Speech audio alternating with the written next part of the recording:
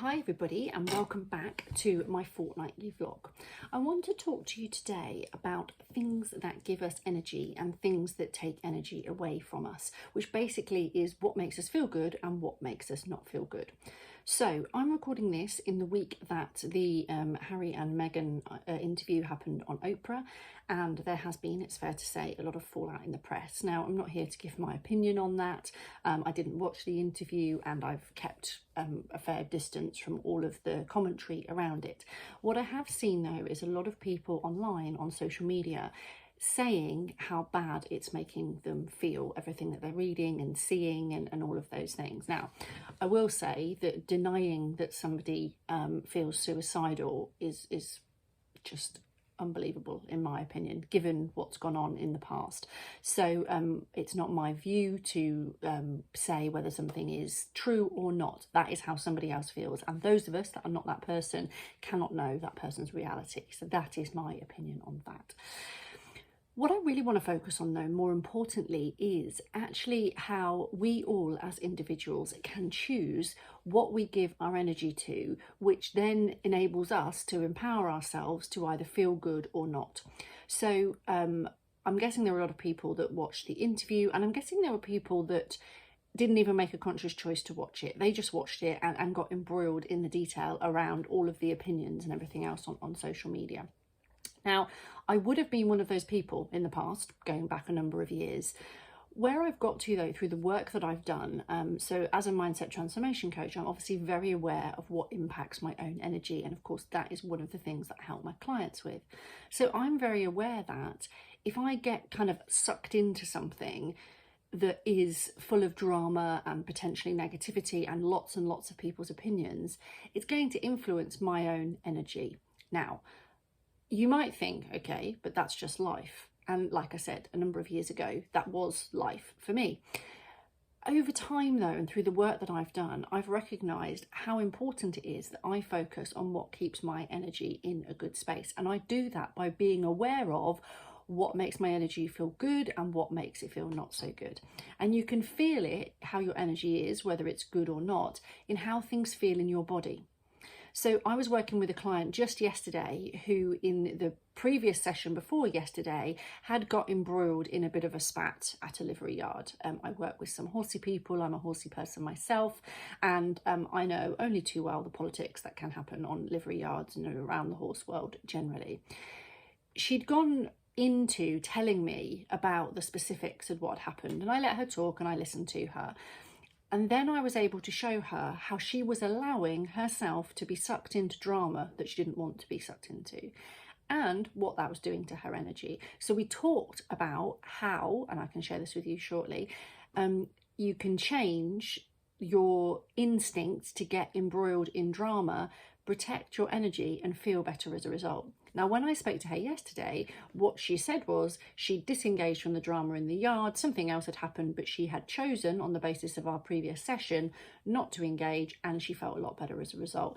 And when I asked her to describe it to me, how she actually felt about it, the words that she used were I just feel lighter. And that's a really good way of assessing how you feel in yourself about something. When something makes you feel good, or you've chosen to not engage and you've consciously made a choice, you feel lighter in yourself. When you've allowed yourself unintentionally to get sucked into the drama, it feels heavy in your body and all of this negativity is swirling around your head. Now, if you followed me for a while, you'll have heard me say that the brain is wired for survival and not for happiness. Also, the brain doesn't like change. So it's naturally wired to go towards the negative because of the survival piece. And if you have been for years and years and years going where the drama is, focused on kind of the excitement, that's what your brain will focus on. That's where it will naturally gravitate to. And what's really important to know is the subconscious mind does not distinguish whether something is good for you or not. It literally follows orders. So the brain dislikes change because it looks what's familiar. And if what it's used to is going and being involved in the drama, giving loads of opinions, talking to loads of other people and all of those things, that's where it will want to go, which is why people get embroiled in spats on social media and all of those things.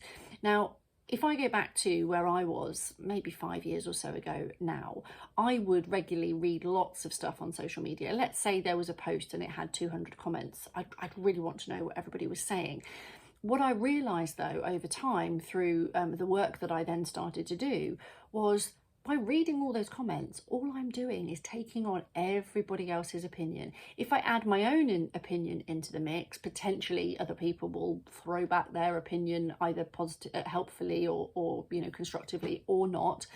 And then it just continues to snowball. So what I do now is, if I see something that I'm interested in, I might have a read of a comment or two, but the minute I can feel that heaviness coming, or even before, the minute I can kind of almost feel the drama snowball in my mind, I'm like, no, I'm out of here. Because actually I've got far better things to be doing with my time.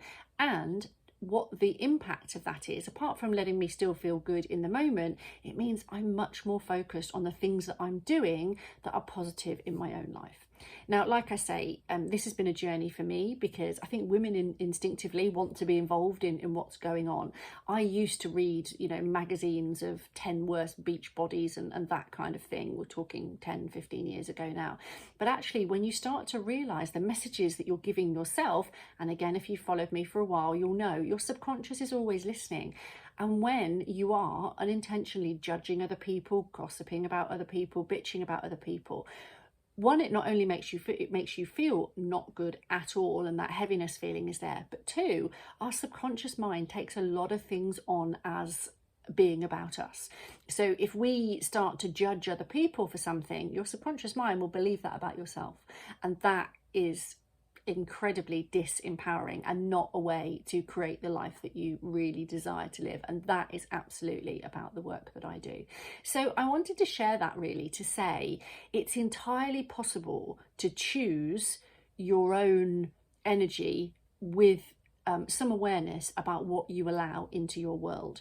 It's the same with thoughts. Our thoughts are created from our beliefs and our feelings, and they're very often driven by the environment. So if we are reading things that make us feel yuck or angry or frustrated or low, the thoughts that we're going to have are going to be feeding off that anger, that frustration, that feeling of low mood. So it's about being able to really be aware of what makes us feel good and what makes us not, and not going into autopilot of, on social media, on the news, wherever it may be, kind of getting drawn into the sensationalism. The kind of grabbing headlines of things are what is designed to make us click, because that is what the media is trying to do, because that's where they get our attention from, and our attention is their currency. By understanding that, and by choosing to play differently because of protecting your own energy, it makes a huge difference to how good you feel. And it then also makes a really big difference to what else you're able to do in your life. And it really becomes something that compounds positively. I wrote a blog post about how you can influence negative thoughts popping up in your mind. It's called Beware the Rabbit Hole of Negativity, and I will pop a link to it below this video. It's well worth a read. This sort of work doesn't happen overnight. If on the back of watching this video you decide that you want to make a change, that's fantastic. What I want you to know is the key thing is around being aware of what your thoughts are, because 90% of our thoughts happen in our subconscious, which means they're automatic, which means that we're not aware of them. So really slowing down, really noticing the thought processes, and once you start to pay attention to those thought processes, you've got a far better chance of noticing when they're about to arise. When you notice that they're about to arise, or they do arise, you can direct them to something that's more helpful.